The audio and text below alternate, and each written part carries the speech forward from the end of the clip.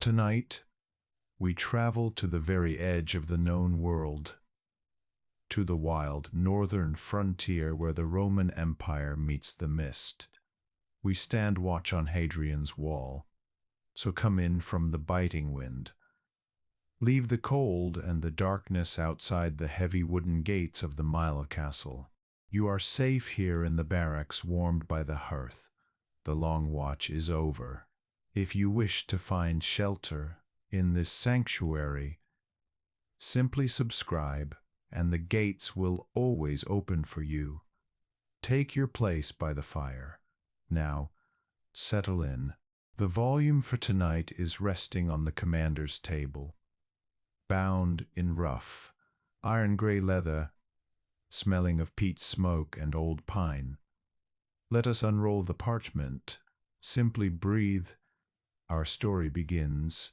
Imagine, if you will, that we are standing at the very edge of the world.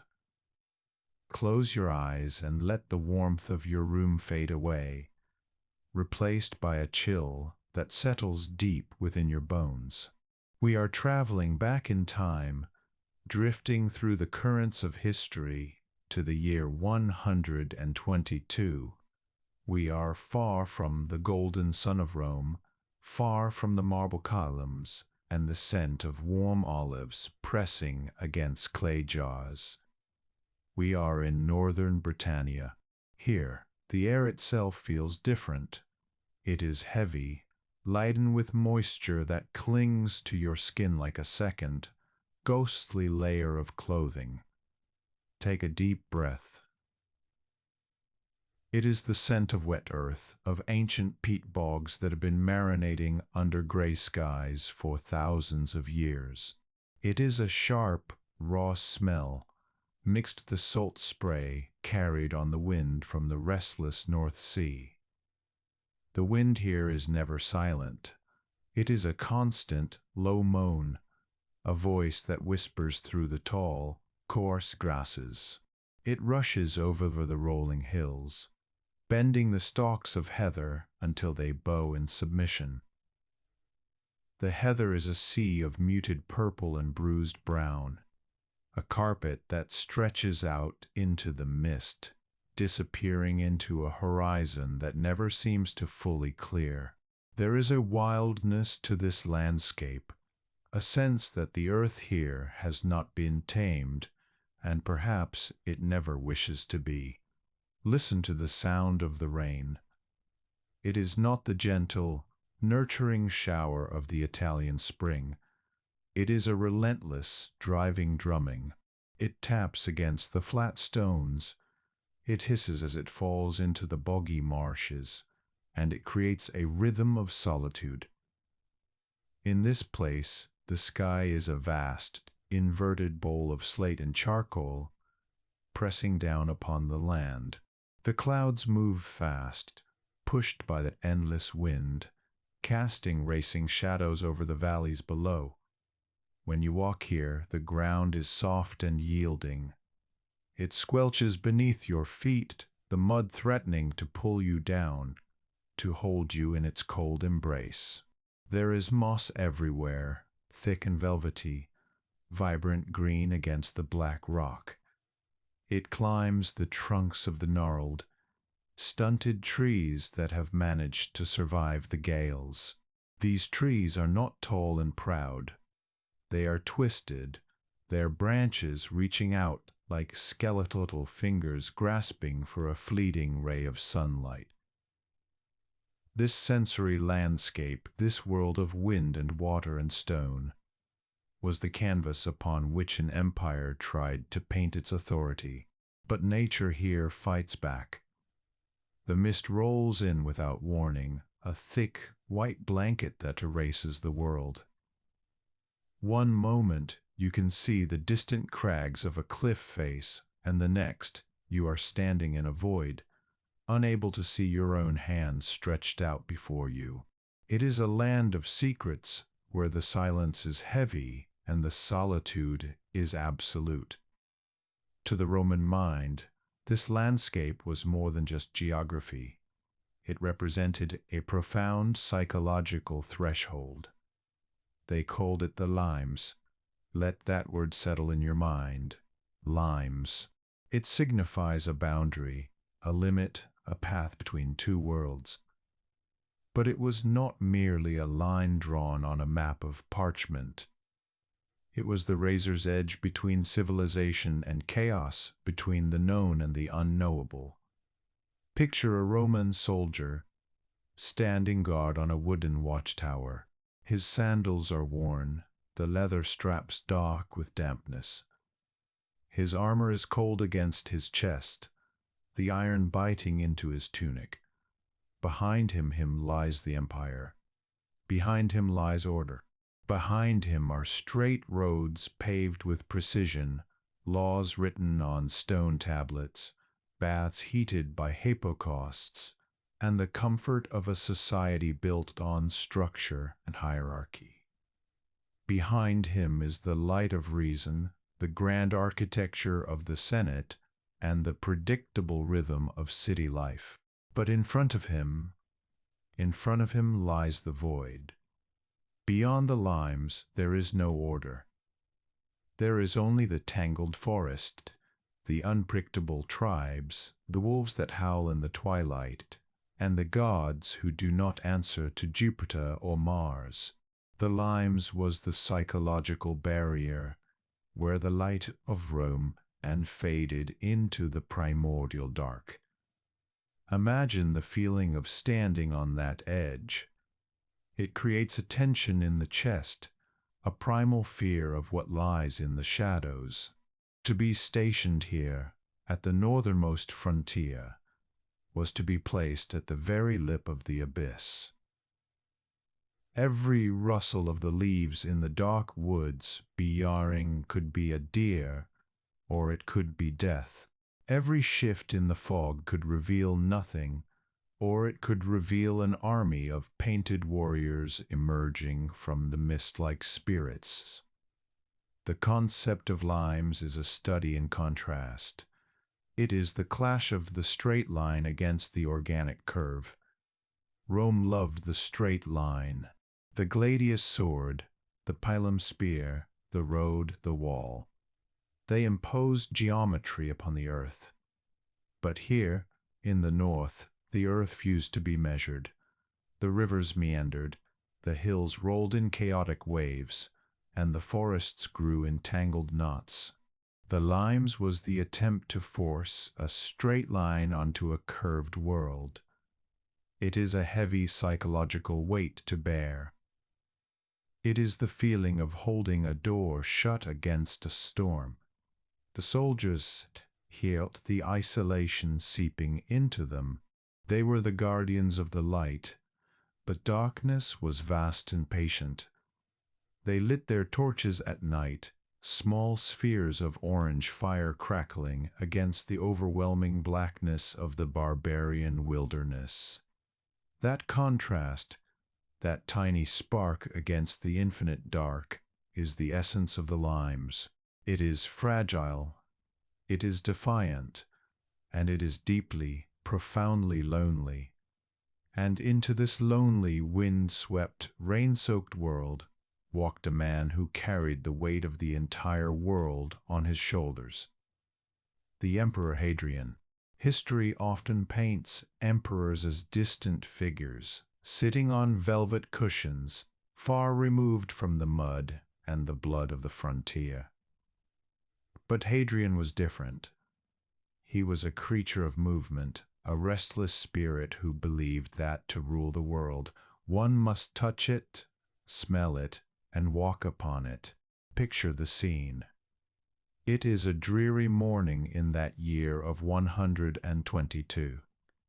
The rain is falling in sheets, turning the ground into a slurry of grey mud. The wind is biting, whipping cloaks and chilling ears. A procession of soldiers marches along a muddy track, their armor clinking, a rhythmic metallic sound that cuts through the noise of the storm. And there, at the head of the column, walks the emperor. He is not riding in a covered carriage. He is not huddled under a canopy held by slaves. He is walking. Focus on him. He is a man in his 40s, his beard thick and curled, a fashion he brought back from his love of Greece. But here, the beard is matted with water. Raindrops catch in the graying hairs, glistening like tiny, cold jewels. His face is wet, the water streaming down his forehead, over his nose, dripping from his chin. He does not wipe it away. He accepts the rain. He embraces the elements. Strikingly, he is bareheaded. He wears no helmet to shield him from the storm. He wears no hood pulled low to hide his face. He exposes himself completely to the sky of Britannia. This is a deliberate choice. It is a message. It says to his men and to the gods of this wild place that he is here, fully present, unafraid of the cold. Can you feel the texture of his cloak? It is dyed the deep, rich purple of imperial authority, a color that usually signifies luxury, but now it is heavy. Wool absorbs water. The cloak weighs him down, dragging at his shoulders, dark and sodden. It smells of wet sheep and expensive, a heavy, damp scent that surrounds him. Every step he takes is an effort. His sandals sink into the mire. Squelch, step, squelch, step. The mud does not care that he is the ruler of the Mediterranean. It tries to hold him just as it holds the lowest private. But Hadrian marches on. His legs are strong, conditioned by years of marching with the legions. He pushed himself to live as a soldier, to eat their bacon and cheese, to drink their sour wine. As he walks bareheaded in the rain, he looks around him. He does not look with fear, but with an intense, calculating scrutiny. He sees the way the mist clings to the valleys. He sees the defensive potential of the crags. He feels the harshness of the climate on his own skin. He is measuring the land not just with surveyor's tools, but with his own body. He knows that if he is to draw a line in the stone, if he is to build a monument that will last forever, he must understand the soul of this place. The soldiers behind him watch him.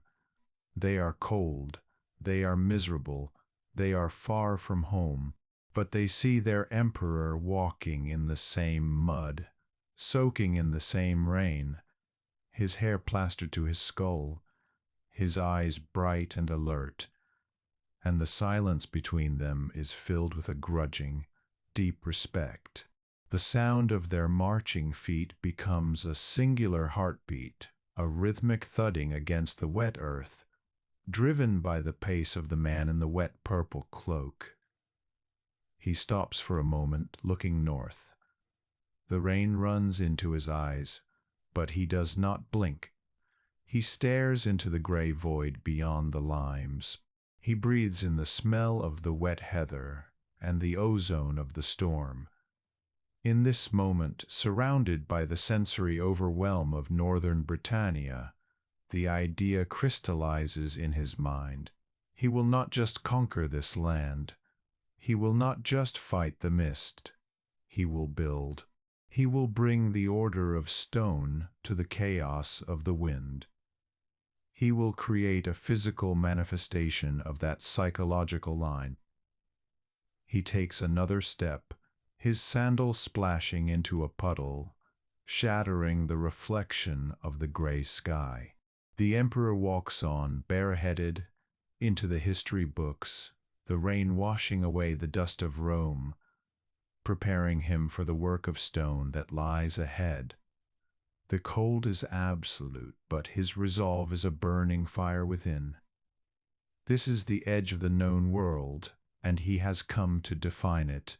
The wind howls its protest, but Hadrian does not listen.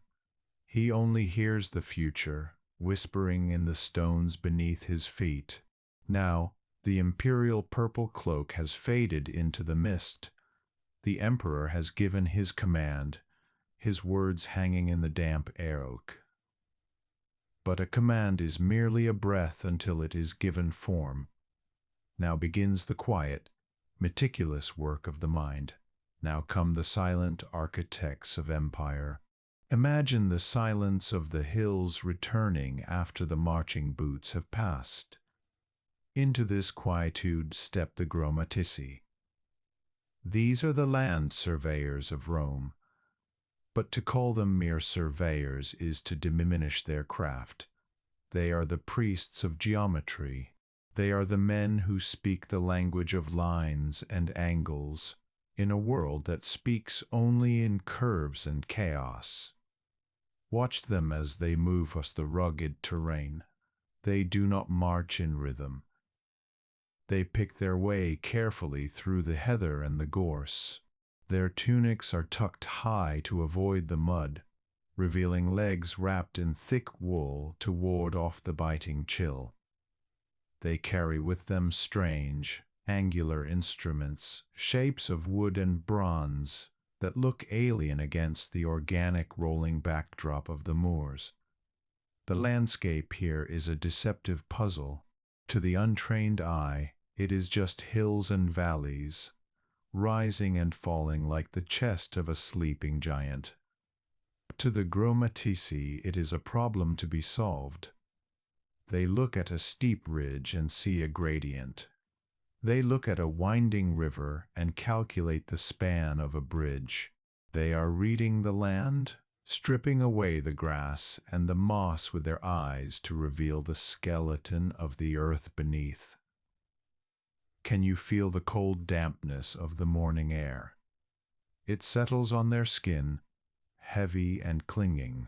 They work in a hush, their voices low, respectful of the concentration required. The smell here is different from the camp. It is the scent of concentration, the metallic tang of brass instruments, the smell of old leather satchels filled with wax tablets, and the sharp cleant of the wind rushing over whetstone. They are looking for the line, the perfect line. Rome is an idea built on straightness. The road, the aqueduct, the wall. Straightness is order. Straightness is civilization. But nature here hates a straight line. The earth buckles and twists. The surveyors must impose their will upon this rebellion. They must find a path that holds true, a ribbon of logic draped over the wild, heaving shoulders of the north. At the center of this ritual stands the groma. Picture this instrument. It is the tool that tamed the world. A vertical staff crafted from iron-hard wood, shod with a pointed iron tip that bites deep into the soft, yielding turf. At the top, a cross of wood, perfectly balanced. From each of the four of the cross hangs a string, and at the end of each string a weight, a plumb bob. The surveyor, the grammaticus, plants his staff. He presses it down, feeling the resistance of the soil, the grind of small stones beneath the iron tip. He ensures it is perfectly upright. He is seeking the vertical truth. Now he waits. This is a job of infinite patience.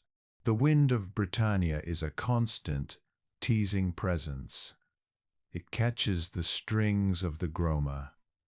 It makes the plumb lines dance and sway. The surveyor cannot measure while the lines are moving. He must wait for the air to still. He stands frozen, his breath held in his chest, watching the small weights swing back and forth, like the pendulum of a clock counting down the seconds of eternity.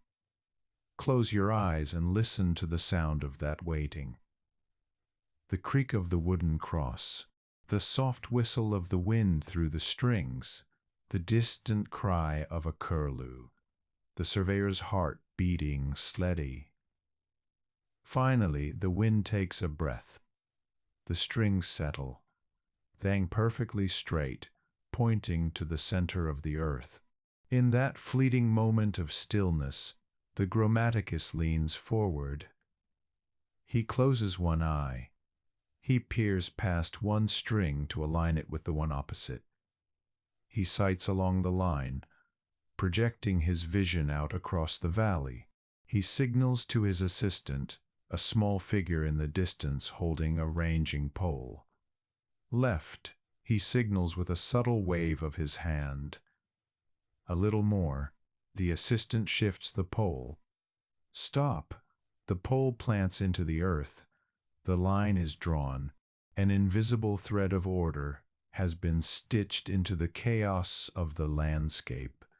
It is a moment of victory, silent and profound. The chaos has been measured. The wild's been marked. But a line on a map is not a wall.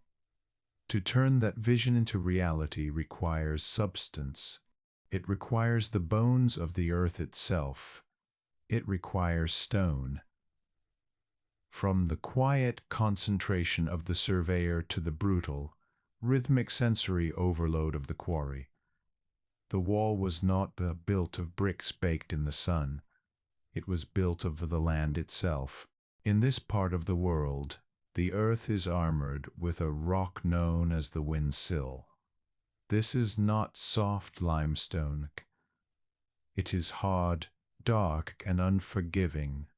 It is the solidified rage of ancient fires, cooled into a barrier of blue-gray dolerite. Walk with me into the quarry. The air here is thick, choking. It tastes of dust. Not the soft dust of a library, but the sharp, jagged dust of crushed rock. Coats the back of your throat. It settles on your eyelashes. It turns the sweat on the men's skin into gritty gray paste. Listen to the music of the quarry. It is a symphony of destruction and creation. Clink, clink, clink. Thousands of iron chisels striking stone. It is a high-pitched, ringing sound, a constant metallic chorus that echoes off the cliff faces. It is the sound of human will chipping away at geological time. Feel the vibration in your hands. Pick up a hammer. It is heavy, the handle polished smooth by the sweat of 1,000 swings. You swing it down onto the iron wedge set into a crack in the rock. The impact shudders up your arm, rattling your bones, shaking your teeth again and again and again. The rock does not want to yield. It holds onto its form with stubborn tenacity. But the legions are relentless. They drive wooden wedges into the cracks. They pour water over the dry wood. They wait. The wood swells, expanding with a Slavic power that is stronger than stone. Crack. A deep, groaning sound, like the earth itself is crying out. A massive block of windsill splits away from the face of the cliff. It crashes down in the rubble below, sending up a cloud of white dust that swirls in the damp air. The smell of broken stone is distinctive. It smells of flint and fire. When the iron strikes the rock, sparks fly, tiny fleeting stars that live and die in a heartbeat against the gray gloom. There is a smell of sulfur, of earth minerals released from their prison after millions of years. The logistics of this operation are mind-bending. It is not just one stone, it is millions. Millions of blocks, each one needing to be quarried and moved. Look at the oxen, their greads lowered, their breath steaming in the cold air. They strain against the wooden yokes, their muscles rippling as they drag the sledges laden with stone. The mud sucks at the runners of the sledges. The drivers shout, their voices hoarse. The wheels groan. It is a river of stone flowing from the quarry to the line drawn by the groma. Touch the surface of a freshly cut block. It is rough, cold, and sharp. It has edges that can slice skin. It is heavy with a density that feels permanent. This is not wood that will rot.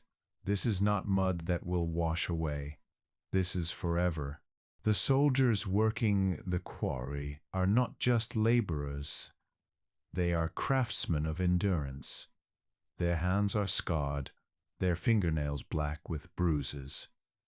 They work in the rain, the water mixing with the stone dust to run in grey rivulets down their faces.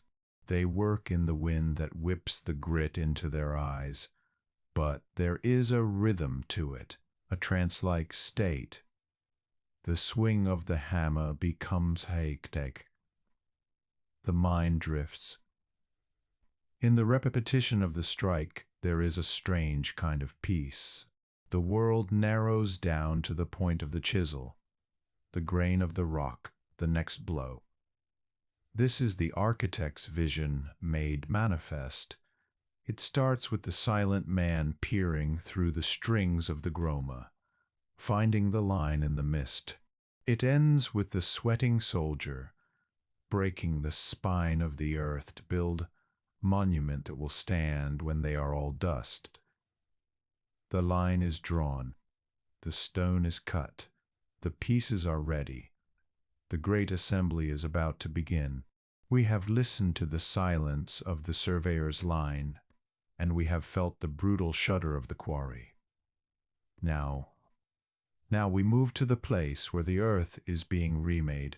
We stand at the line itself. The materials have arrived. The great assembly begins. Close your eyes and let the soundscape of construction wash over you. It is not a noise. It is a rhythm. It is a vast, percussive heartbeat that stretches for miles of the rolling green hills. Clack. Scrape. Clad. Clack. Scrape. Thud. Multiply this sound by 1,000. Then by 10,000, it creates a drone, a humming vibration that seems to rise from the ground itself. It is the sound of metal meeting stone, of stone meeting stone, of iron meeting wood. It is the industrial music of the Roman Empire, playing its song in the wilds of Britannia. Step closer to a single mason. Watch his hands. They are thick, weathered hands, the skin leathery and deeply lined with grime. He holds a heavy iron trowel. He dips it into a wooden bucket filled with mortar. Listen to the wet, sucking sound as he pulls the mortar free. Slop. It is a thick, grey paste, a mixture of burnt lime, sand, and water. It smells sharp, a dry, alkaline scent that tickles the nose and burns the throat if you breathe it in too deeply. This is the glue of civilization. He slaps the mortar onto the waiting bed of stone. Splat. With a quick, practiced wrist movement, he spreads it out. The trowel scrapes against a gritty, scratching sound that sets the teeth on edge. Scrape. The mortar is wet and cool, a stark contrast to the rough, dry stone. Now he reaches for a block. These are not random rocks found in a field. These are the facing stones, the saxa quadrata.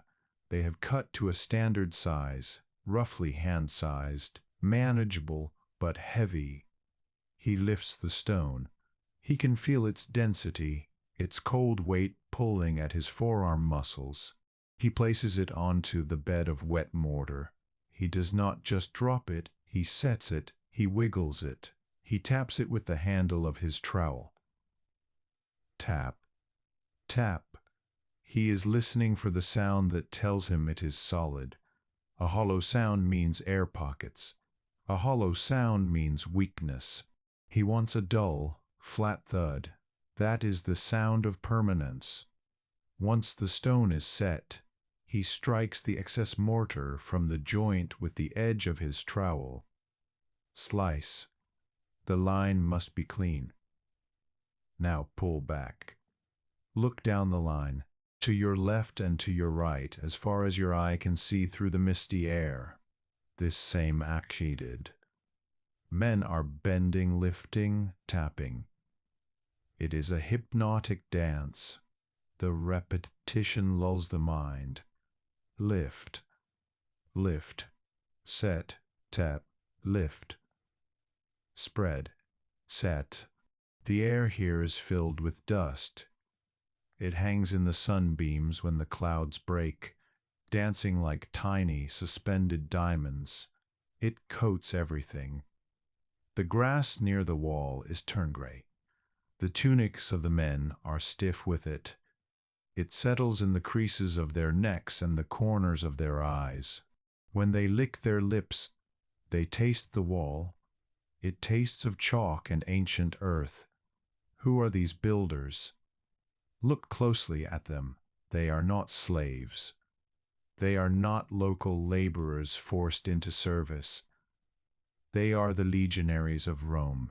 These are the men of the 2nd Legion Augusta, the 6th Legion Victrix, the 20th Legion Valeria Victrix. They are soldiers trained to kill. They are trained to hold a shield wall against a barbarian charge. They are trained to thrust a short sword into the belly of an enemy. But here, their discipline has been transmuted. The energy of war has been channeled into the energy of construction. Rome understood something profound about the human spirit. Idleness is the enemy of order. A soldier with nothing to do is a dangerous thing. So, when they were not fighting, they were building. Watch how they work. There is no chaos here. There is the same rigid hierarchy on the scaffolding as there is on the battlefield. The centurion does not carry a sword now. He carries a vine staff, his badge of office. He walks behind the line of working men. He does not need to shout. His presence is enough. The men can feel his eyes on their backs. They work in their centuries, groups of 80 men. Each century is responsible for a specific length of the wall. It is a competition. Which century can build the fastest? Which century can build the straightest? See the soldier wiping sweat from his brow with a dusty forearm. He has unbuckled his armor, the lorica segmentata, and laid it carefully on the grass. He works in his tunic, the red wool stained dark with perspiration. His belt, the cingulum, jingles softly as he moves, the metal aprons chiming like tiny bells. He treats the stone with the respect he treats his weapon. His survival depends on the wall just as it depends on his sword. If the wall is weak, the enemy gets in. If the wall collapses, he fails his emperor. This is not just masonry, it is duty. It is loyalty solidified. They are building a structure known as a composite wall. Look at the cross-section where the work is unfinished. You see 2 outer faces of neat square stones. But what is in the middle? Between the 2 pristine faces they pour the rubble. Broken stones, irregular clay, the mistakes of the quarry. Then they pour buckets of liquid mortar over it all. It is a chaotic, messy core hidden between 2 perfect facades. Perhaps there is a metaphor there for the empire itself. An exterior of perfect order, masking a chaotic interior. But the result is incredibly strong. As the mortar cures, the core becomes a solid monolith. Now, look up. The wall is rising. At first it was just a trench, then a foundation of flagstones, then a low curb. But day by day, week by week, season by season, it grows. It aims for a height 15 feet. Imagine standing at the base of a structure 3 times the height of a man. Stand there now. Reach out your hand and touch the rough, cold surface. Run your fingertips over the tool marks left by the chisels. Craning your neck to look up, you realize sheer scale of this undertaking. It blocks out the sky. It blocks out the view of the north. Before the wall you could see the rolling hills, the distant forests, the approach of the storms. Now you see only stone. The wall's a shadow. It is a long, cold shadow that stretches out across the Roman side of the frontier. To stand in this shadow is to stand in a place of safety, yes, but also a place of confinement. The wind hits the other side of the wall. Listen to it. It howls and whistles as it strikes the stone barrier. It is forced up and over. On the northern side, the wind is wild and biting. On the southern side, in the lee of the wall, the air is still. It is a dead zone of quiet air. The wall changes the microclimate. It changes the way the water drains. It changes the paths of the animals. A deer that has migrated along this ridge for 10 generations suddenly finds its path blocked by an endless cliff of gray stone. It paces back and forth confused, its hooves clacking on the rocks before turning away. This is the ultimate assertion of power. To take a landscape that is fluid and organic and slice it in half with a knife of stone. It says to the world, here is Rome, and there is not. As the sun begins to set, the work slows. The rhythmic clinking fades. The shadows lengthen. The wall's a deep, bruised purple in the twilight. It looks less like a building and more like a geological feature. A man-made mountain range stretching from sea to shining sea. The soldiers step back to look at their work.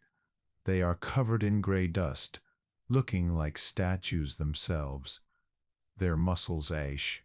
Their hands are raw, but there is a satisfaction in their eyes.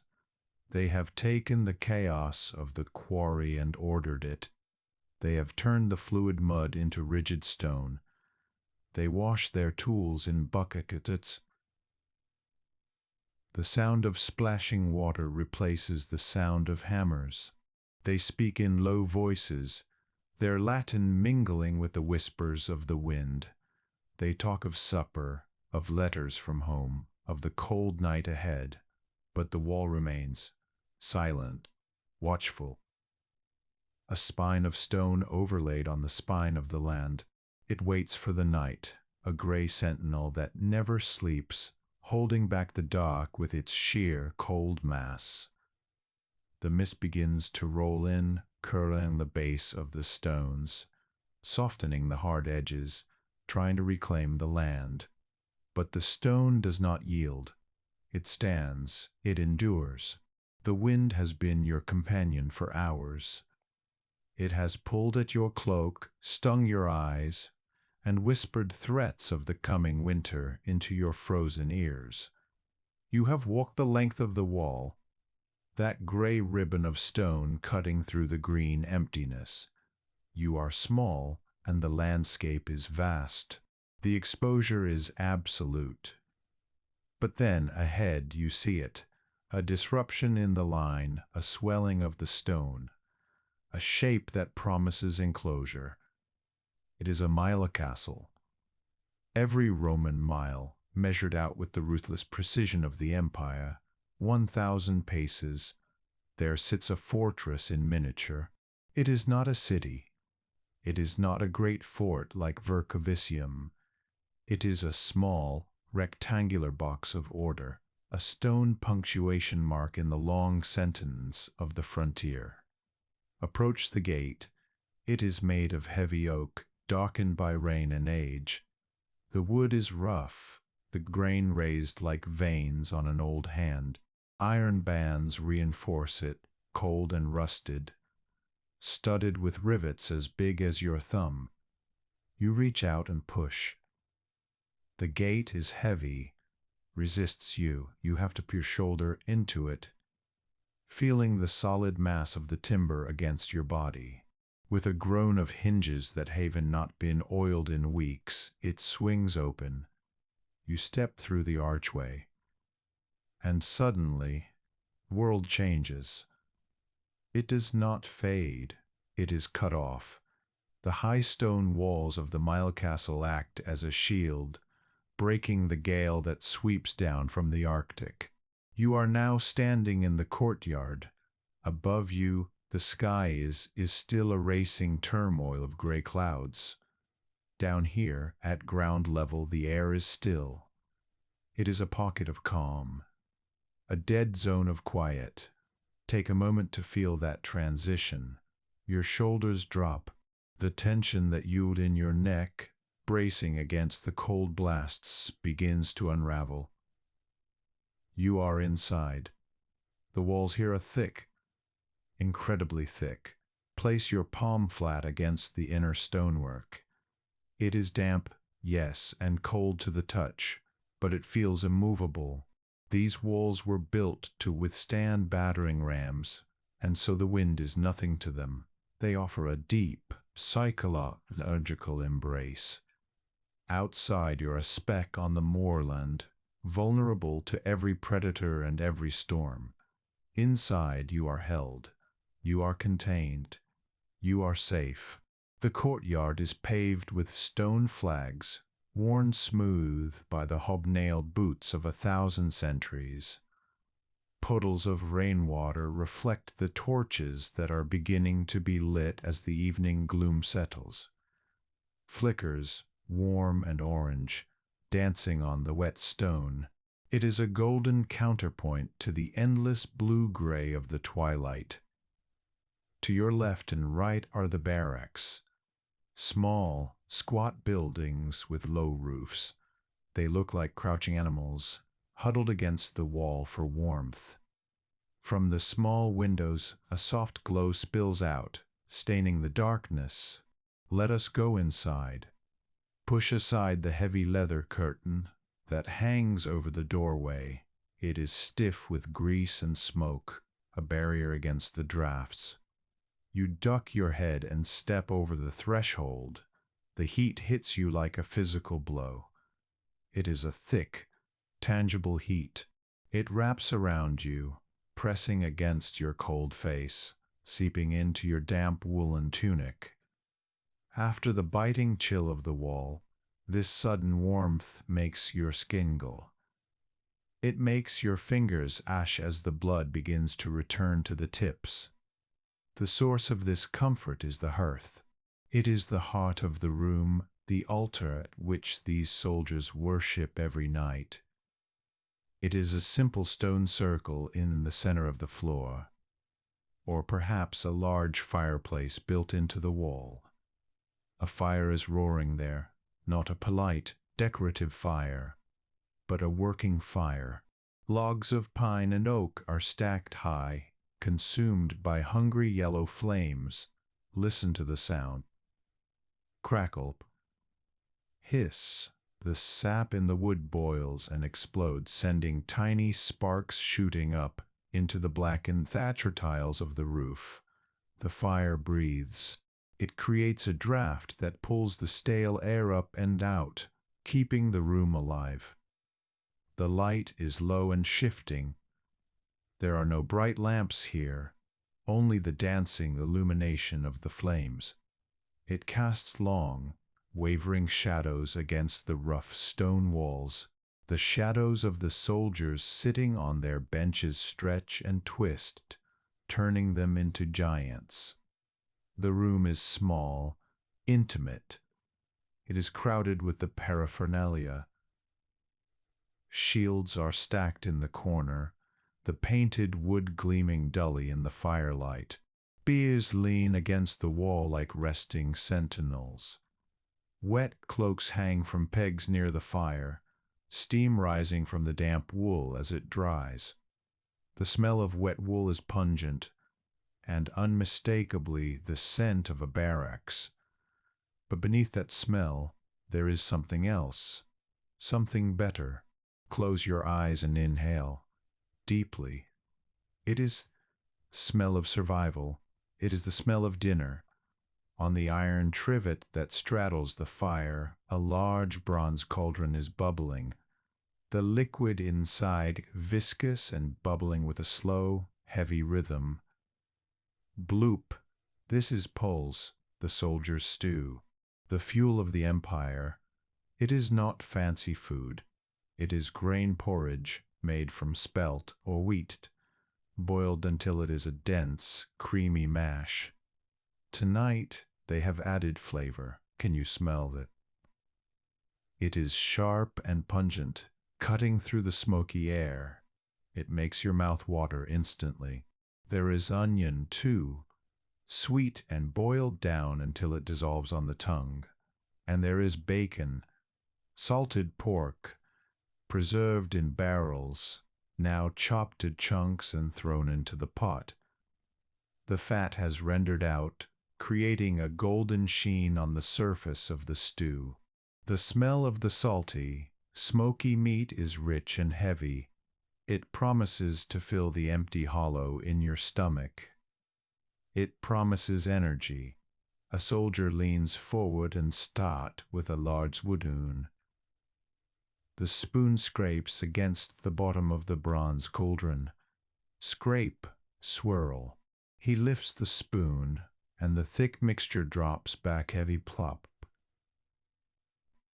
Steam billows up, carrying the scent of vinegar. A splash of vinegar, or posca, is often added to cut the richness and provide vitamins.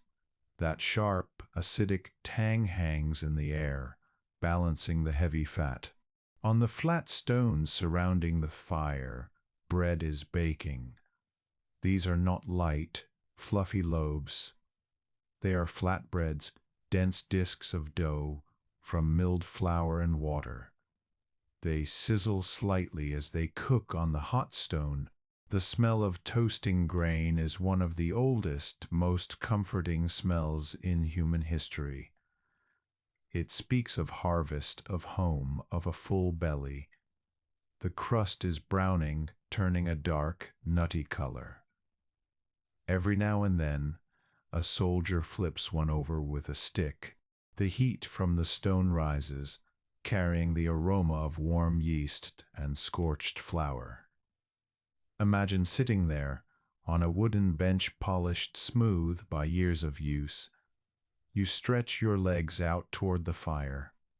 The heat radiates through the soles of your boots. Your toes, which felt like stones an hour ago, begin to throb with warmth. Someone hands you a wooden bowl. It is warm in your hands. It is filled with the pulse. You can feel the weight of it. You bring it to your face, letting the steam bathe your cold nose. You take a spoonful. It is hot. Scaldingly hot. You have to blow on it. Whoosh, whoosh. When you put it in your mouth, the taste is intense.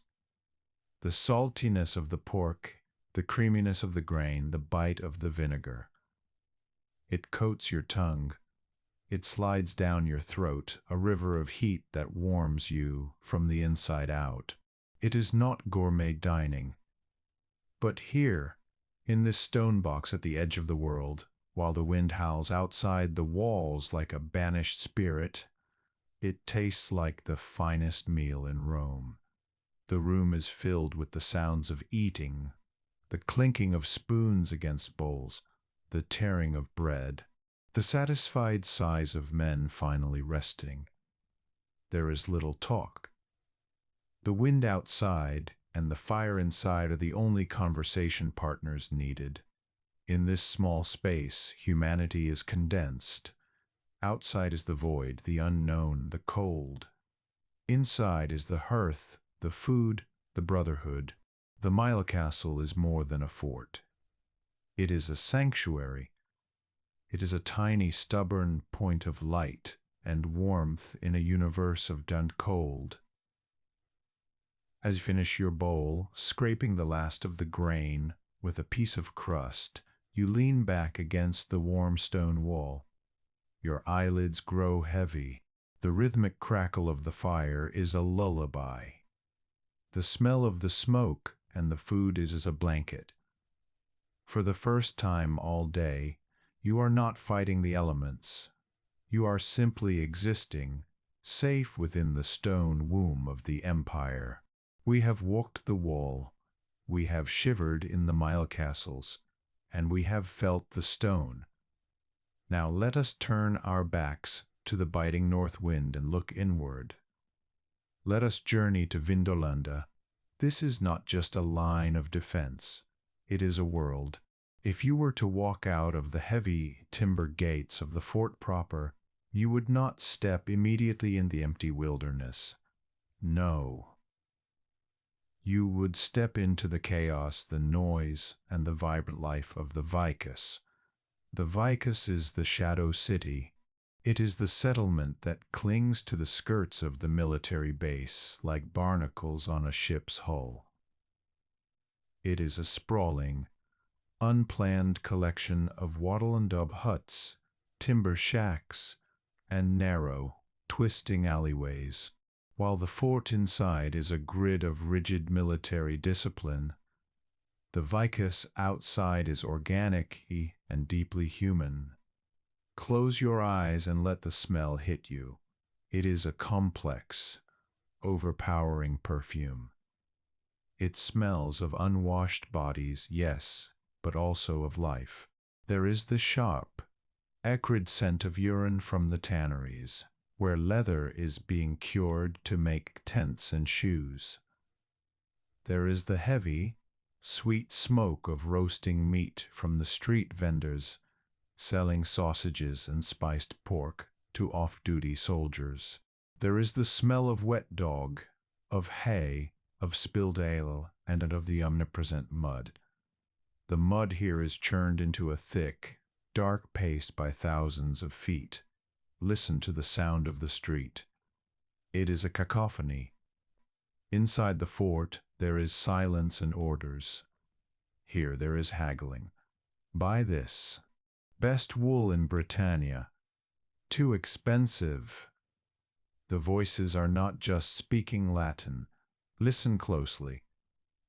You hear the guttural rolling tones of Germanic Batavians. You hear the melodic lilt of Gauls. You hear the harsh whispers of the local Briton traders.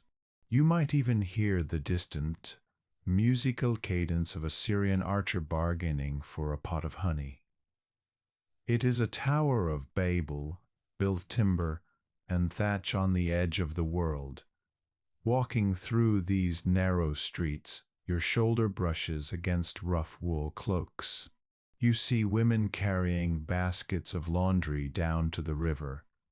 You see children, the sons and daughters of soldiers, playing in the dirt with carved wooden horses. These are the families that followed the legions. They are the wives who are not legally wives, the children who are not legally citizens, but who live and breathe the empire nonetheless. It is a place of commerce and comfort. Here, a soldier can find a warm bed that is not in a barracks. He can find a cup of wine that is not sour ration vinegar. He can find a moment of softness in a hard life. The vicus is the beating heart that keeps the blood flowing through the stone veins of the fort. But how do we know this? How do we know the secrets of their lives? We know because they spoke to us. Or rather, they wrote to each other, and the mud remembered. Let us move to a quieter place now. Let us descend to the damp, anaerobic earth beneath Vindolanda. Here in the oxygen-starved soil, a miracle occurred. The earth decided to keep a library. These are the Vindolanda tablets. Imagine holding one in your hand. It is not a grand scroll of papyrus. It is a tiny, fragile thing. A thin sliver of wood, usually alder or birch, no thicker than a veneer. It is about the size of a modern postcard. It feels weightless, like a dried leaf. If you were to squeeze it, it would crumble into dust. But look at the surface. There, Etched in carbon ink are the ghosts of words. The ink was made from soot gum and water, a simple mixture, but it has outlasted empires. The writing is cursive, a flowing, scratching script that was written quickly. You can almost hear the scratch of the pen nib against the grain of the wood. Scritch, scratch. Reading these tablets is like eavesdropping on a conversation from 2,000 years ago. It feels illicit. It feels intimate. These were not meant for history. They were the text messages of the ancient world. They were trash thrown onto a bonfire that never quite burned, then buried in the wet turf. What did they say? They did not write about the grand strategies of Rome. They wrote about the cold. "I have sent you," says one tablet, the voice reaching out across the centuries. Pairs of socks from Satua, 2 pairs of sandals, and 2 pairs of underpants. Socks. Pause on that image. A Roman soldier, perhaps sitting in that drafty barrack we visited, his feet numb, riding home to beg for warm socks. It strips away the marble and the bronze of history, and leaves us with a shivering man who just wants his feet to be warm. We find lists of supplies, the logistics of feeding 1,000 men. Garlic, bacon, bacon. We find school exercises, a child's hand per line of Virgil, the letters clumsy and large, perhaps written while it worked nearby. We see the hierarchy of the fort. We see the slaves, the commanders, the merchants. We see the complaints. "He beat me," one letter says, a plea for justice from a man who has been wronged. The ink is faded, but the anger and the pain are still vivid. These slivers of wood are time machines. They carry the sensory details of a Tuesday afternoon in the year 100. They smell of the peat they were buried in, a dark, earthy aroma that preserves the memory of the ink. To read them is to touch the minds of the dead. And among these muddy, everyday scraps, we find something startling, something that shines like a diamond in a coal heap. We find an invitation to a birthday party. Shift your scene now. Leave the muddy streets of the Vicus barracks. We are entering the praetorium, the residence of the fort commander. Here the sensory landscape changes abruptly. The floors are not packed earth. They are paved with mosaics or smooth concrete. The walls are plastered and painted with bright frescoes, reds, ochres, and greens that mimic the villas of Italy. The air here is warmer, heated by a hypocaust system beneath the floor. You can feel the gentle warmth radiating up through the soles of your sandals. The smell is different, too. Gone is the stench of the tanneries. Here, it smells of beeswax polish, of expensive oil lamps burning clean fuel, perhaps even of dried rose petals rolled away from the Mediterranean. In this room sits Sulpicia Lepidina. She is the wife of the commander, Flavius Cerealis. She is a woman of status. She wears fine wool, perhaps even silk dyed in vibrant colors. Her jewelry clicks softly as she moves, gold and amber. She is holding a tablet, but this one is different. It is a letter from her friend Claudia Severa. Claudia of another commander at a nearby fort. They are 2 noblewomen stranded at the edge of the world, surrounded by rain, barbarians, and soldiers.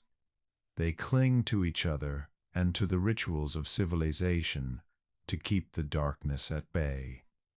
Read the tablet over her shoulder. Claudia Severa to her Lepidina greetings. The handwriting is neat, professional. It was written by a scribe. It is formal.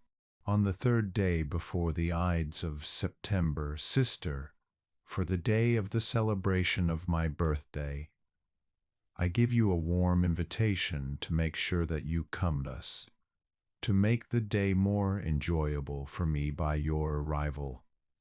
It is a party invitation in the middle of a desolate frontier, where wolves howl and painted warriors watch from the tree line. A woman is planning a birthday party. She wants her friend to come. She wants to drink wine, to gossip, to laugh, to pretend for one evening that they are back in Rome, or in a sunned villa in Gaul. But look at the bottom of the tablet. The handwriting changes.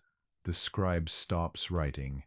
The professional, detached script ends. And then a different hand takes the pen. It is a looser, more jagged script. It is the hand of Claudia herself. She has taken the pen from the slave to add a personal postscript. I shall expect you, sister. Farewell, dearest soul, as I hope to prosper and hail. I shall expect you. Feel the weight of those words. It is not a command. It is a plea. It is the sound of loneliness. Please come. I need you. I need to see a friendly face. I need to speak to someone who understands. Sister. She calls her sister. They are not related by blood, but they are sisters in isolation. They are bonded by the shared experience of trying to maintain elegance on the frontier. Imagine the party. The flickering lamps, the table's fine Samian-ware pottery, the red glaze shining in the firelight, the wine imported from the Rhone Valley poured into delicate glass cups. Glass! Here, where everything is stone and iron, they have glass. Think of how precious that is. How carefully it must have been packed, carried across the sea, up the muddy roads of Britain, just so two women could toast a birthday. They would eat oysters, brought fresh from the coast in barrels of salt water. They would eat venison. They would talk of fashion, of their children, of the husbands who are out inspecting the wall. For a few hours, the wind outside would cease to exist. The mud would be forgotten. The limes would fade. This is the power of Vindolanda. It shows us that the Roman Empire was not just a machine of war. It was a collection of people, people who cold feet, people who liked garlic in their stew, people who missed their friends. The tablet of Claudia Severa is fragile. It is a thin piece of wood that should have rotted away 1800 years ago. But it survived. It survived the fire, the trash pit, and the crushing weight of time. And because it survived, we can hear her voice. We can hear the rustle of her dress and the clinking of her wine cup. We can feel the human heart beating beneath the armor of the empire. As you leave the praetorium and step back out into the night, the contrast strikes you again. The warmth of the party fades. The cold wind returns. The smell of the latrines and the smoke reasserts itself. You are back in the hard reality of the fort. But now you know. You know that inside those barracks, men are dreaming of socks. You know that in the commander's house, a woman is dreaming of her friend. The wall is made of stone, but the mortar that holds it all together is humanity. The cold of northern Britannia is not merely a temperature. It is a predator. It hunts you. It seeks out the gaps in your tunic, the seams of your boots, the space between your scarf and your neck. It settles in your joints. turning knees to rusty hinges and fingers to clumsy blocks of wood. After hours on the wall, staring into the sleet, your body forgets what it means to be warm. But Rome does not accept the tyranny of the climate. Rome engineers a solution. Walk with me away from the barracks, away from the stables, where the horses huddle together.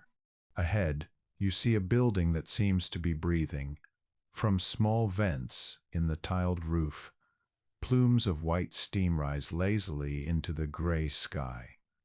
They twist and dance, dissolving into the mist. This building is the only thing for miles that looks alive. It is the bathhouse, Thermae. As you approach the heavy wooden door, the air changes. You can smell it before you enter. It is a scent that shouldn't exist here on the frontier. It is the smell of wood smoke mixed with olive oil. It is the smell of damp limestone and human sweat. It is the smell of a Mediterranean summer trapped in a stone box. Push the door open. Creak. A wall of sound hits you. The silence of the moors is replaced by a cavernous, echoing clamor. Voices bounce off the vaulted ceilings. Water splashes. Sandals slap against wet tile. It is a wet, resonant acoustic environment where every sound is amplified and rounded by the stone. You are in the apoditerium, the changing room. It is crowded. Soldiers are stripping off their layers, unbuckling the heavy leather belts, pulling off the wool tunics that smell of wet dog and rain. They shove their clothes into wooden cubbies or niches carved into the wall. As you remove your own cloak, the first sensation is not heat, but a lack of wind. The air is still. It waits. You are naked now, save for your sandals. You feel vulnerable, your skin pale and goose-bumped in the cool air of the changing room. But the journey has just begun. You are about to walk through a machine designed to conquer winter. To understand the miracle you are about to experience, we must look down. We must look beneath your feet. The floor you are standing on is an illusion. It looks solid, a pavement of heavy ceramic tiles and concrete, but it is hovering. And we can slice the building open, peeling back the layers like an onion. Below the floor is a hidden world, a dark, subterranean chamber known as the hypocaust. It is a forest of pillars. Hundreds of small stacks of bricks, the pili stand in rows, supporting the floor above. They look like stacks of red pancakes, cemented to clay. Between these pillars there is a space, a void of 2 or 3 feet, and in that void there is a dragon. At the exterior of the building there is a furnace room, the praefernium. Here half-naked slaves, their skin gleaming with sweat and soot, feed a massive fire. They shovel logs into the mouth of the furnace. Oak, charcoal, peat. The fire roars. It is a hungry, violent beast. But the genius of the hypocaust is not just the fire, it is the flow. The heat does not go up a chimney, it is drawn under the floor. The hot air, choked with smoke and energy, rushes into the void beneath the bathhouse. It swirls around the brick pillars. It licks against the underside of the floor tiles. It turns the entire floor into a radiator. But it does not stop there. Look at the walls. Buried inside the plaster are rectangular clay tubes, box flues, stacked one on top of the other to form chimneys. The hot air rises through the walls, heating the stone from the inside out before finally escaping through the roof. You are not just walking on a heated floor. You are standing inside a hollow masonry organism that has fire pumping through its veins. It is a triumph of physics. In a land where the ground freezes solid, Rome has created a floor that is too hot to touch with bare feet. Let us return to the surface. Let us walk on that heat. You put on your wooden clogs. The floor is warm. You can feel it radiating up through the wood soles. You move into the tepidarium, the warm room. The air here is gentle. It is a dry, embracing warmth. It is the temperature of a pleasant spring day. You sit on a stone bench, the stone against your skin. You close your eyes. Your body begins to unclench. The shivering stops. The blood, which had retreated to your core to keep you alive, begins to flow back to your extremities. Your fingers tingle. Your ears burn. This is the transition, the acclimation. You are preparing your body for the intensity to come. You stand up and move through the next archway. A heavy curtain of thick wool blocks the opening. You push it aside. The heat hits you like a hammer. You are in the caldarium, the hot room. The air here is not just hot, it is heavy. It is saturated with a large basin of waters sits directly over the furnace. The water is steaming, filling the room with a thick, white fog. You can barely see the other side of the room. Figures move like ghosts in the mist. The temperature is stifling. It is meant to be. Sweat erupts from your pores instantly. It runs down your chest, your back, stinging your eyes. It is a purgative release. The dirt of the patrol, the dust of the road, the toxins of fatigue, all are being pushed out of you. You step into the hot bath. The water is. You gasp as you lower yourself in. Splash. The heat wraps around your legs, your waist, your chest. You sink down until the water laps at your chin. For a moment it is too much. Your heart hammers in your chest. The blood rushes in your ears. But then the magic happens. The muscle fibers, tight as bowstrings from carrying the heavy shield and the pilum, begin to slacken. The knots in your shoulders dissolve. The ache in your lower back fades into a dull throb, and then into nothingness. You are floating in heat. Close your eyes. Listen to the room, the dripping of condensation from the vaulted ceiling. Drip, drip, splash, the heavy breathing of men, the splash of a ladle pouring water. The acoustics make everything intimate yet distant. A slave approaches you. He carries a small pot of oil and a curved metal tool, the stregel. He pours the oil onto your shoulders.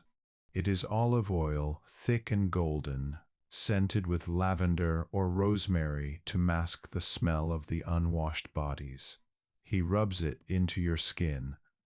His thumbs dig in the muscles, finding the tension and working it out. The oil mixes with the sweat, creating a slick, glistening layer on your skin. Then the stregel. It is a scraper made of bronze or iron. He presses the curved edge against your arm. He pulls. It is a deeply satisfying sensation. The metal drags across your skin, collecting the oil, the sweat, and the dead skin cells in a gray slurry. He flicks the waste onto the floor. Splat. Stroke by stroke he scrapes you clean. He is scraping away the mud of Britannia. He is scraping away barbarian north. He is revealing the Roman citizen underneath. After the scraping, you sink back into the water. You are clean. You are warm. You are fluid. This is the engineering of warmth. It is not just about survival. It is about luxury. It is about dominance. Think of the psychological impact of this. Outside, the locals live in roundhouses with a central fire. They are smoky, drafty, and cold. Their heat is a battle against the drafts. But here the Romans have commanded the elements. They have forced the fire underground. They have made the walls sweat. They have created a tropical climate in the middle of a frozen wasteland. To sit here, naked and sweating, while a blizzard rages against the roof tiles outside, is the ultimate statement of power. It says, we do not just live here, we rule here. Your mind drifts. The sounds of the bathhouse become a lullaby. The worries of the patrol, the broken strap on your sandal, the rumor of a raiding party, the harsh words of the centurion, they all evaporate in the steam. You are no longer a soldier on the edge of the world. You are a man suspended in water and heat. You are back in the womb of the empire. Eventually you must leave. You must go through the frigidarium, the cold room, to close your pores. The shock of the cold water will be a brutal awakening, a gasp that snaps you back to reality. But for now, in the caldarium, time stands still. You tilt your head back against the rim of the bath. A single drop of condensation falls from the ceiling and lands on your forehead. It is warm. You take a deep breath of the thick, humid air. You are alive. You are warm. And tonight, that is enough. The day has been long. The clamor of the quarry, the shouting of the centurions, and the rhythmic clatter of the construction gangs have finally faded. The sun, a pale and distant in this northern latitude, begins its surrender. It dips below the jagged horizon of the crags, bleeding a bruised purple and a deep, melancholy blue into the sky. Now comes the time of the transition, the changing of the guard. The world of men recedes, and the world of shadows takes its throne. You are standing on the walkway of the wall. It is not just a wall. It is a high road of stone suspended above the earth. To your south, the land slopes away gently towards the valleys, towards the safety of the empire. But to your north, the ground falls away in a sheer, terrified drop. The crags here are teeth of rock, jutting up from the earth, and the wall sits upon them like a crown. The light is dying. The heather, which was a vibrant rust and violet an hour ago, turns to a uniform, ghostly gray. The details of the landscape are being erased, one, by the encroaching gloom. The trees in the valley bottom lose their shape, becoming formless blots against the darkening ground. It is the hour of the lamp.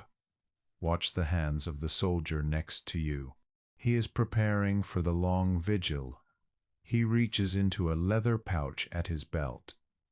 His fingers, stiff with the evening chill, fumble for a moment before retrieving a small clay object.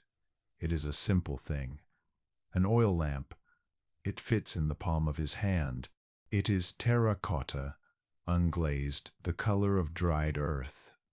The reservoir with oil, perhaps a low-grade olive oil brought all the way from Spain, now thick and cloudy in the cold, or perhaps rendered animal fat, tallow that smells of the kitchen. He strikes a piece of flint against steel. Click! A spark. A tiny, fleeting star that lives for a fraction of a second. Click. Another spark. It catches the tinder. Whoosh. A small flame erupts. He touches it to the wick of the lamp. The oil sizzles faintly, and then a steady tongue of yellow fire rises. The smell is instant. It is the smell of burning fat, a heavy, greasy scent that hangs in the still air. It is not a pleasant smell, but it is a comforting one. It is the smell of human presence. He places the lamp in a small niche carved into the stone of the turret.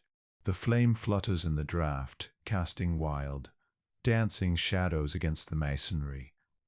The stone, which looks grey and cold by day, is suddenly painted in warm hues of orange and amber by the flickering light. This tiny sphere of light is his world now. Beyond it, the darkness is absolute. You step out onto the rampart walk. The stones beneath your boots are flagstones, large and flat. They are slick with the evening dew. Crunch, crunch. The hobnails of your sandals bite into the grit on the stone. A sound that seems impossibly loud in the gathering silence. You are the eyes of Rome. The silence here is not empty, it is heavy. It has a texture. It presses against your ears. During the day, the wind howls and screams, but tonight the air is strangely still. The wind has held its breath. Stand at the parapet, resting your elbows on the cold stone of the Merlin. Look north. What do you see? And that is the terror of it. You are looking into a void. There are no city lights. There are no farmhouse lanterns. There are no distant fires.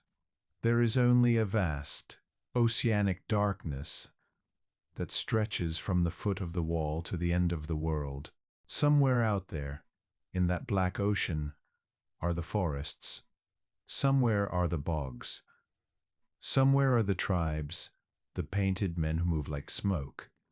You strain your eyes, trying to force shapes out of the shadows. Is that a bush moving? Or is it a crouching warrior? Is that the reflection of the moon on a puddle? Or the glint of a spear tip? Your eyes play tricks on you. The darkness seems to shift and breathe. You blink, trying to clear your vision, but the phantom shapes remain. Shift your gaze upward. Look away from the terrifying earth and look to the heavens. The sky here is immense. Without the haze of a city, the stars are not points of light. They are aggressive in their brilliance. They crowd the sky, millions of diamonds scattered across a velvet cloak. The Milky Way is a slash of white dust, a celestial river that mirrors the stone wall you stand upon. It is bright enough to cast a faint, ghostly shadow on the rampart. You trace the constellations. You see Orion, the hunter, striding across the southern horizon. You see the Great Bear, wheeling slowly around the fixed point of the north. These are old friends. You watch these same stars when a vineyard in Gaul, or on a dusty street in Syria. They are the only thing that connects you to home. You realize that this very moment, your mother, your brother, your lover might be looking up at these same stars. The distance between you is measured in months of marching, but in the sky you are under the same roof. The cold begins to settle in earnest now. It is a creeping cold. It seeps through the layers of your tunic. You pull your heavy wool cloak tighter around you. The wool is scratchy against your neck, but it traps your body heat. You can feel the warmth of your own breath trapped inside the fabric. You exhale. A cloud of white mist blooms in front of your face, illuminated by the starlight. Before vanishing into the night, you are a small engine of heat in a frozen world. You begin pace. You cannot stand still, or the cold will claim you. 10 paces to the left. 10 paces, turned. Thud, thud, thud.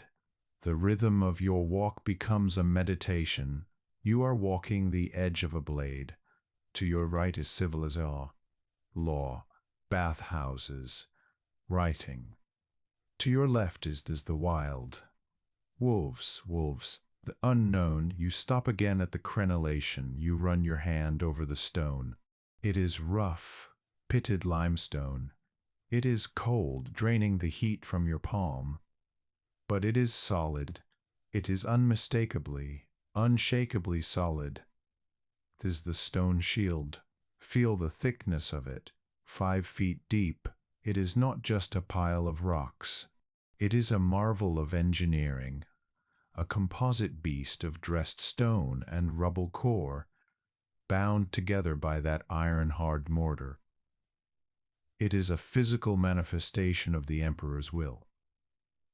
There is a profound psychological comfort in this stone. Stand behind the merlin, the upright part of the battlement. It covers your body. You are hidden. If an arrow out of the darkness right now, it would strike the stone with a harmless clack, and you would be safe. You feel a strange affection for the wall. It is your partner. It stands while you sleep. It does not tire. It does not shiver.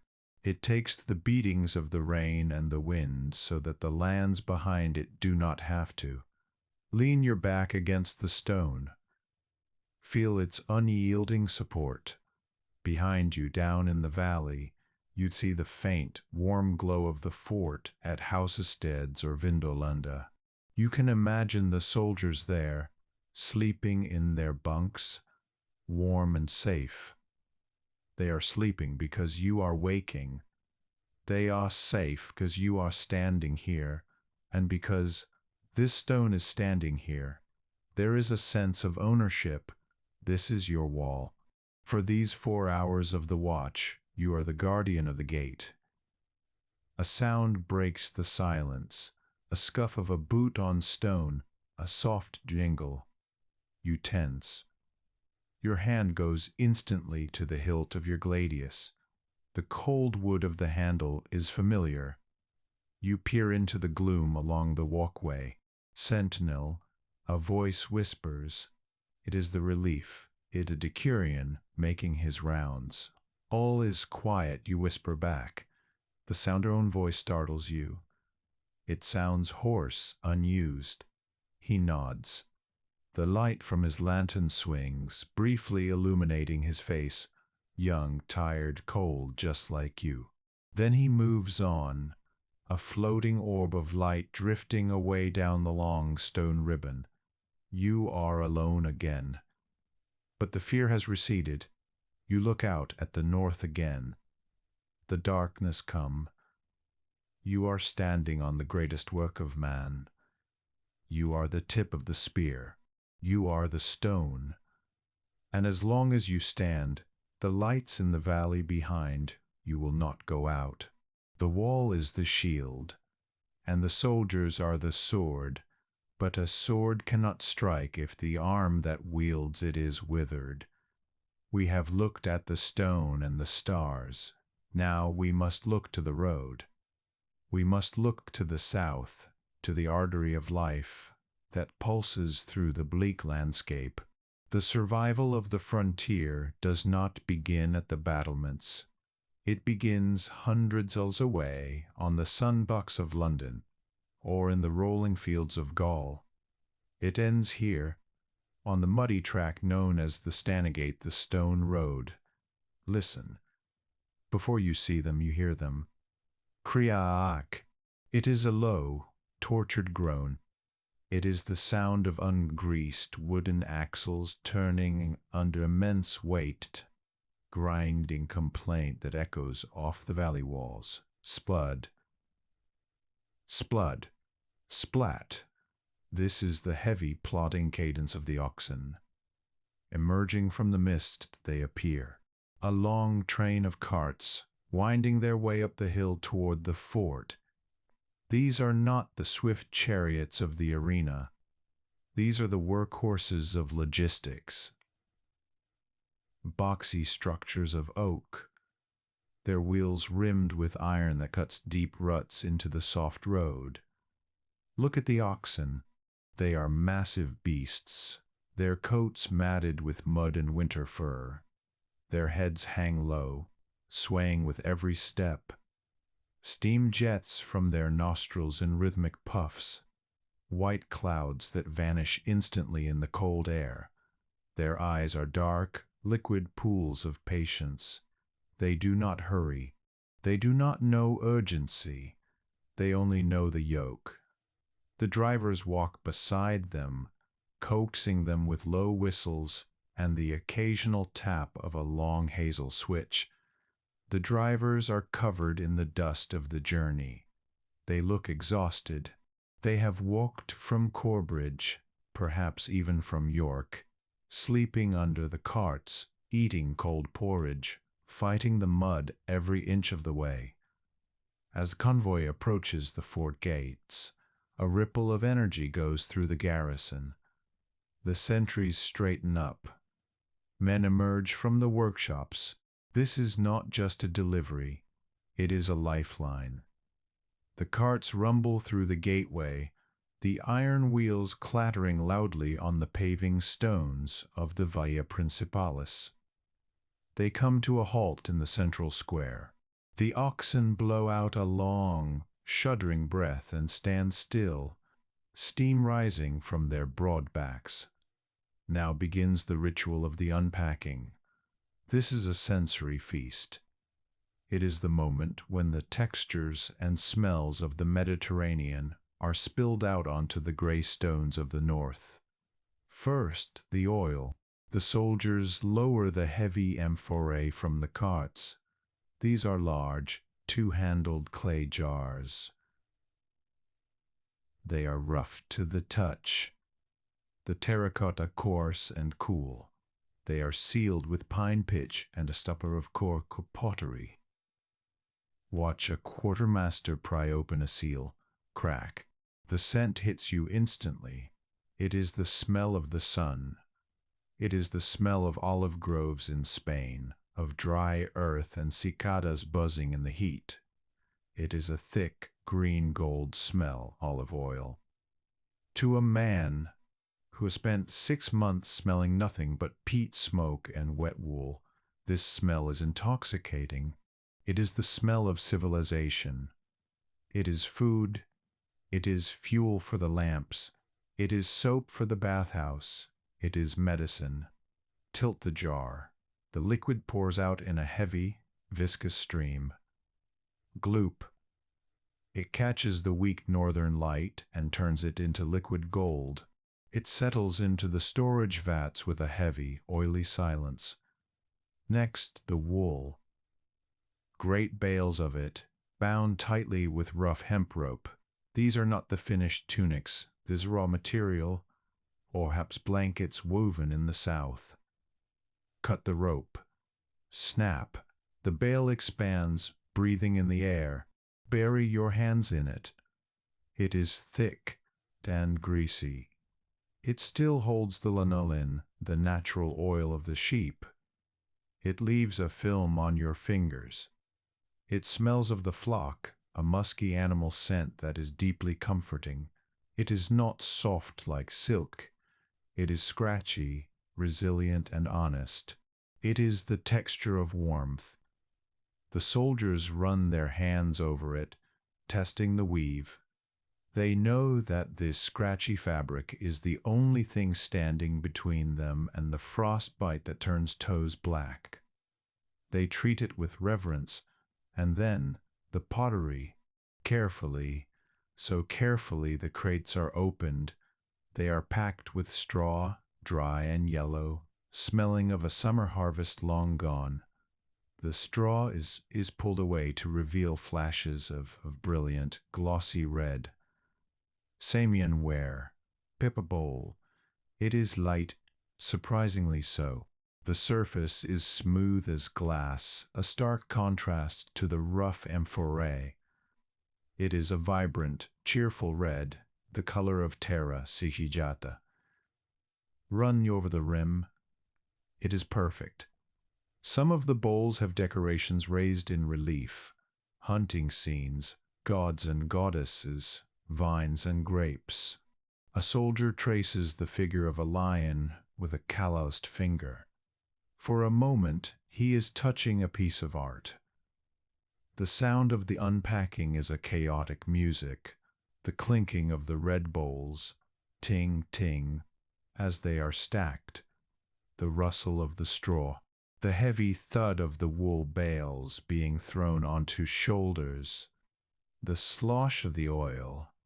But the true heart of the supply chain lies in the granaries. Walk with me to the Horia. These are the most important buildings in the fort. They are built with thick stone walls, forced with buttresses to hold the weight of the grain. Step inside. The floor here is raised. You are walking on wooden planks suspended on stone pillars, just like the hypocaust. But here the purpose is not heat, it is airflow. It is to keep the dampness of the earth from touching the precious cargo. The air inside cool and dry, it smells of and flour. It is a sweet, dry smell. Look at the bins, to the brim with grain, wheat, spelt.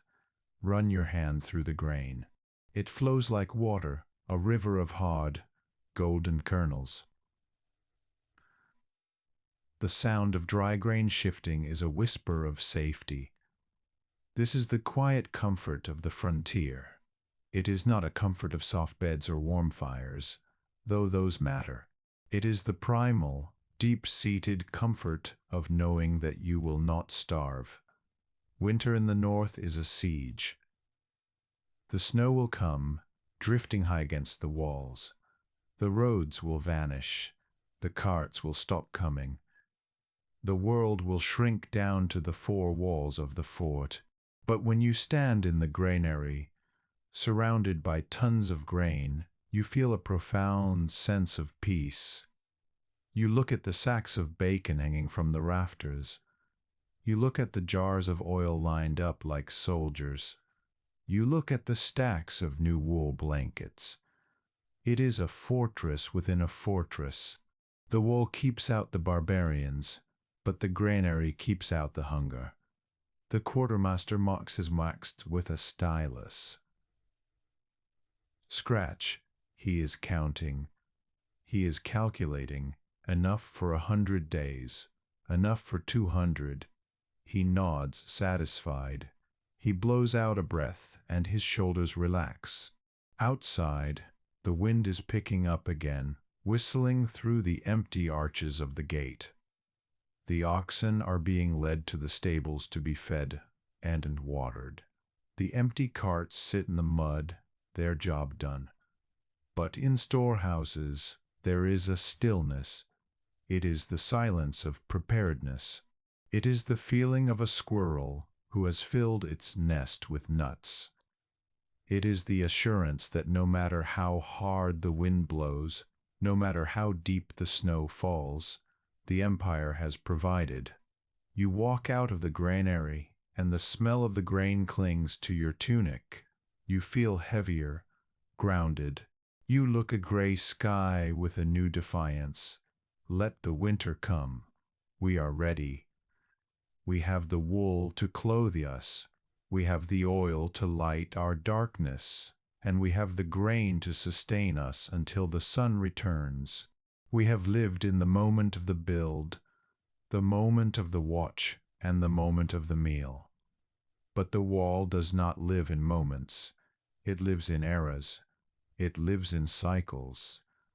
To understand the soul of this stone, we must speed up the clock. We must watch the wheel of the year turn, grinding the landscape beneath it. Let us begin when the world stops breathing. Let us begin in the dinter. The transition is not sudden. It is slow theft of color. The rust red of the autumn bracken fades to a brittle brown. The gray sky lowers itself until it touches the hills. And then one night, while the sentries are stamping their feet to keep the blood moving, the silence falls. It is the snow. Open your eyes to a world that has been erased. The complex, chaotic texture of the heather and the bog is gone. In its place is a pristine, blinding whiteness. The snow in northern Britannia is not a gentle dusting. It is a blanket heavy and suffocating. It drifts against the northern face of the wall, piling up in great sloping dunes that reach halfway up the stonework. Walk out onto the rampart now. The sound of your own footsteps is different. Gone is the sharp clack of hobnails on stone. Now there is only a soft, compressing crunch. The snow absorbs sound. It dampens the acoustic world. The wind no longer's through the grass. It glides silently over the smooth white drifts. The shouts of the soldiers in the fort are muffled, swallowed by the cotton wool air. The cold is absolute. It is a dry, crystalline cold that freezes the moisture in your nostrils with every inhale. Reach out and touch the stone of the Merlin. It burns. It is so cold that it feels like fire. The moisture within the rock has frozen, expanding, threatening to crack the limestone from within. The wall is fighting a battle not against barbarians, but against physics. Look at the mortar. The lime and sand mixture is hard as iron now. Frost glitters on the surface, coating the grey stone in a layer of diamonds. When the weeks breaks through the clouds, the whole world sparkles. It is beautiful, yes, but it is a deadly beauty. It is the beauty of a statue in a tomb. The sentry standing watch is wrapped in layers of wool and leather, a shapeless bundle of insulation. His breath plumes out before him, a dragon's exhaust hanging in the still air. He looks out over the north, and he sees nothing but white. The enemy could be crawling through the snow in white furs, and he would never see them. The paranoia of the watch is a silent, gnawing thing. But the wall stands. The snow piles against it, trying to bury it, trying to return the landscape to a uniform curve. But the black line of the stone cuts through the white, refuses to be buried. It is a scar on the face of the winter. Time passes, the days lengthen imperceptibly. The sun climbs a fraction higher, and then the sound returns. Plip, plip, plop. The great thaw begins. The silence of the snow is broken by the music of water. It is everywhere. The drifts slump and collapse, turning into grey slush. The frozen earth unlocks. And then comes the rain. If winter was the season of solids, spring is the season of liquids. The sensory landscape of the wall in spring is defined by water. It is not the violent storm of autumn. It is a relentless, washing persistence. Stand in the center of the fort. Look at the roofs of the barracks. They are tiled with heavy gray slate or red ceramic tegulae. Watch the rain hit them. Spat, spatter, hiss, turn slick and black. The water sheets off them into the gutters, pouring out of the gargoyles and spouts. The water is clear and cold, washes away the soot of the winter fires. It washes away the dust of the granaries. It scrubs the fort clean. The smell of spring here is intense. It is the smell of petrichor, the scent of rain hitting dry earth, amplified 1,000 times. It smells of whetstone, distinct and mineral. It smells of the peat bogs reawakening, a pungent organic aroma of decaying moss and ancient roots. It smells of green things pushing through the mud. And oh, the mud! The frozen ground turns to soup. The neat gravel road become quagmires. The soldiers curse as they slip and slide, their sandals caked in heavy clay. Everything is damp. Your tunic feels heavy on your shoulders. The leather of your belt softens and stretches. The iron of your sword scabbard blooms with small flowers of orange that must be oiled away. But amidst the damp, there is life. Look closely at the base of the wall. In the cracks where the mortar has crumbled away, tiny spots of green appear. Moss, ferns, small, stubborn flowers with yellow petals. The landscape is trying to reclaim the stone. The wall is a foreign object, an intruder, and the spring is the earth's attempt to digest it. Vines creep up the south face, seeking the warmth of the stone that absorbs the spring sun. Birds, swallows and martins, return from the south. They build their nests in the eaves of the granaries and the nooks of the gatehouses. Their sharp, high-pitched cries cut through the sound of the rain. Cheap. They do not care about the empire. They do not care about the frontier. To them, the wall is just a cliff, a convenient place to raise their young. This is the cycle. Snow freezes the stone, rain washes the stone. The stone. Now step back, step way back. Let the seasons blur together, let the years flicker past like the pages of a book flipping in the wind. See the enduring nature of the structure. The soldiers change. The faces in the barracks cycle through generations. The young recruit becomes the scarred veteran, then the old man, then a memory.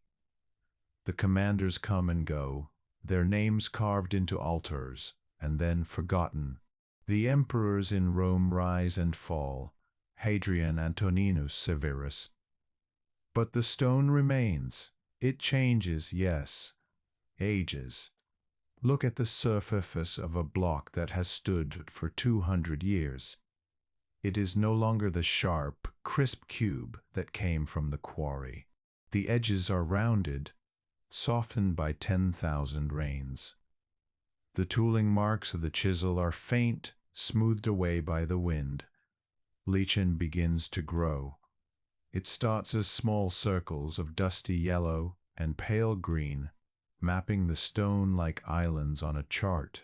It eats into the rock, microscopic roots seeking purchase. The wall changes color. It is no longer the blue-gray of fresh dolerite. It is mottled, organic, blending into the landscape. The wall is losing its Roman-ness. It is becoming part of Britannia. Think of the sheer weight of time this structure endures. It stands through the long peace. It stands through the sudden, shouting violence of the great conspiracy when the tribes breach the line. It stands when the garrisons are reduced, when the halls become quiet.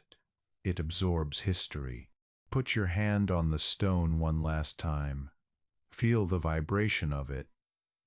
It does not hum with energy. It radiates a deep, heavy stillness. It has seen the sun rise over the crags 70,000 times. It has felt the weight of millions of boots. It has heard the last breaths of dying men and the first cries of newborns in the vicus. It is a witness. The wood of the gates will rot. The iron of the hinges will rust and snap. The leather tents will dissolve into the mud. The roofs will collapse when there are no longer hands to repair them. But the core remains. The rubble and the mortar, the spine of the empire. It endures because it is stubborn, but because it has become the earth itself. It has ceased to be a building and has become a geological feature. As the empire fades, receding like a tide going out, the wall does not leave. Stays behind a stranded leviathan of grey stone on the green hills. It waits for the next season. It waits for the next snow. It waits for the silence that will last for 1,000 years. The wind blows over the crags, lonely and wild. It whistles through the gaps in the masonry. It tells the story of the stone that refused to move, the line that was drawn in the water of time, which froze and became solid, enduring long after the hand that drew it had turned to dust. The end did not come with fire. It did not come with the crash of battering rams or the screams of a conquering horde. The end came with a whisper. It came with a letter carried by a weary messenger across the sea, across the mud, to the edge of the world.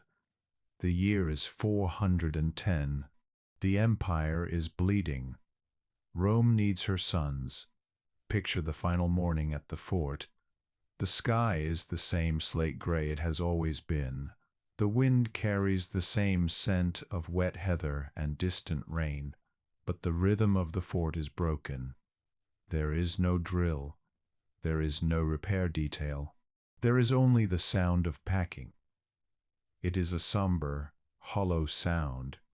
The heavy chests of equipment are loaded onto wagons.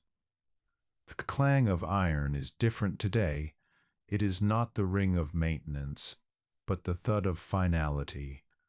The soldiers move with a heavy reluctance. This damp, cold island has become their home. They have wives in the vicus. They have children who have never seen the sun of Italy. Watch the last centurion walk through the barracks. His footsteps echo on the flagstones. The room is stripped bare. The bunks are empty timber frames. The walls, once bright with painted plaster, now look naked and exposed. He pauses at the hearth. The fire is dead. For 300 years a fire has burned here. It has been the heart of the room, fed by generations of young men. Now there is only a pile of cold, gray ash. He reaches out and touches the stone surround. It is already losing its warmth. The heat is seeping away, returning to the air, leaving the stone coals. He walks out into the courtyard. The gates stand open. Not broken, just open. There is no one left to guard them. The column forms up on the road. The standards are raised, but they hang limp in the damp air. The command is given. Forward. They march. Listen to the sound of their departure. Tramp, tramp. It is a rhythmic pulse that against the hills. But this time it is fading. It gets quieter, and quieter, and quieter. They crest the hill. They descend into the valley, and then they are gone. The silence that rushes in to fill the void is deafening. For the first time in centuries, the wind blows through the fort and meets no resistance. It whistles through the empty granaries. It rattles the loose shutters of the commander's house.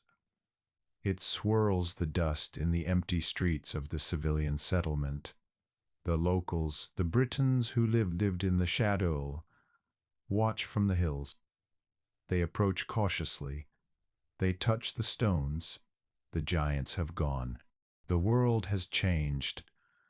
Now the slow, patient work of nature begins. The reclamation. The wall is no longer a border. It is a feature of the landscape. The earth, which has been held back for so long by the geometry of Rome, begins to breathe again. It starts with the green. Moss is the velvet conqueror. It begins in the cracks, in the joints where the mortar has finally failed. It is a soft, vibrant emerald green. It creeps over the sharp edges of the hewn blocks, softening the angles. The hard, militaristic lines of the Roman engineers are blurred. The square becomes the curve. Then comes the lichen. It is slower, drier. It paints the gray stone in shades of pale yellow, rust orange, and dusty white. It creates a new map on the surface of the wall, a map of biology rather than geography. It feeds on the rock, microscopic roots delving into the mineral heart of the stone, turning the empire into soil. grain by grain. Seeds fall, borne by the wind or dry birds. They find purchase in the rubble core. Grass begins to grow on top of the wall. Flowers bloom on the ramparts. Purple thyme, yellow cinquefoil, blue harebells. The walkway where sentries once paced, scanning for death, becomes a hanging garden. Roots are powerful things. The roots of a young ash tree find a gap between two great blocks. They push, they expand. With the hydraulic pressure of life, they pry the stones apart. Creak. A block that took 4 men to lift tumbles down the slope, coming to rest in the tall grass. It lies there, gradually vanishing beneath the turf, a sleeping giant returning to its slumber. The roofs collapse. The timber rots, turning into rich, dark compost. The tiles slide off, shattering on the ground, creating a crunchy layer of red ceramic amongst the weeds. The sky reclaims the interiors. Sunlight falls where it once forbidden, on the floor of the bathhouse, on the altar of the temple. Rain fills the hypocausts. The hollow floors become pools, reflecting the passing clouds. Frogs swim where generals once bathed. The engineering of warmth is replaced by the cold, clear reality of water. Centuries bleed into one another. The wall is robbed. Farmers come with carts, taking the dressed stones to build their farmhouses, their churches, their field walls. Rome is dismantled and scattered across the countryside. The fort becomes a quarry, but the core remains. The stubborn heart of the wall is too much trouble to move. It stays. And now we come to the present. Open your eyes to the wall today. It is peaceful. The anxiety of the frontier has evaporated. The fear of the unknown that haunted the centuries has been washed away by the rain. What remains is a ribbon of history. It winds its way across the landscape like a gray snake resting in the sun. It climbs the sheer crags of the windsill, defying gravity, a jagged silhouette against the dramatic, cloud-filled sky. Stand on the ridge now. The wind is the same wind. It still rushes up from the north, fresh and clean, but it does not carry the scent of danger. It carries the scent of sheep grazing in the valley below. It carries the scent of wet grass and peace. The stone is silver gray, weathered to the texture of old bone. It feels warm to the touch in the summer sun. You can run your hand along the rough surface and feel the ghost of the chisel marks, the faint echo of the man who struck this rock 2,000 years ago. It is a place of silence, but not the heavy, fearful silence of the night watch. It is a tranquil silence. It is the silence of a library after the patrons have left. The drama is over. The shouting. The stone is resting. Hikers walk along the path where the legions marched. They speak in hushed tones, awed by the scale of the labor. They touch the stones with reverence. The wall has transitioned from a barrier that divides people to a bridge that connects us to the past. The sun begins to set. The light turns golden, then amber, then a deep, bruised purple. The shadows lengthen, stretching out across the green turf. The sheep call to one another, a soft, bleating sound that drifts on the wind. The wall glows in the twilight. It seems to hold the light of the day for a few moments longer than the surrounding earth, a faint, phosphorescent memory of the sun. As the stars appear, the same stars, Orion, the Bear, the wall settles in for the night. It has seen nearly 700,000 nights. This is just one more. There is a profound comfort in its presence. It reminds us that we are small, that our worries are fleeting, and that is a long, slow river. The wall endures. It sleeps under the stars, a monument to human will, softened by the grace of nature. The wind whispers through the crags. Hush. The grass bows its head. Hush. The world is turning. The history is written in stone and moss. And so, the wind dies down across the valley, and the night watch is ended. We slowly close the heavy cover of the book, placing the history back into the silence of the shelves. You are safe now.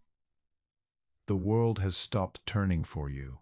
There is nothing left to do, nothing to guard, only the gentle drift into dreams. The fire in our library is dimming, but it will be here for you again tomorrow night. If you found peace in these pages, leave a gentle like to keep the embers glowing. Sleep now. Deep, peaceful sleep. Good night,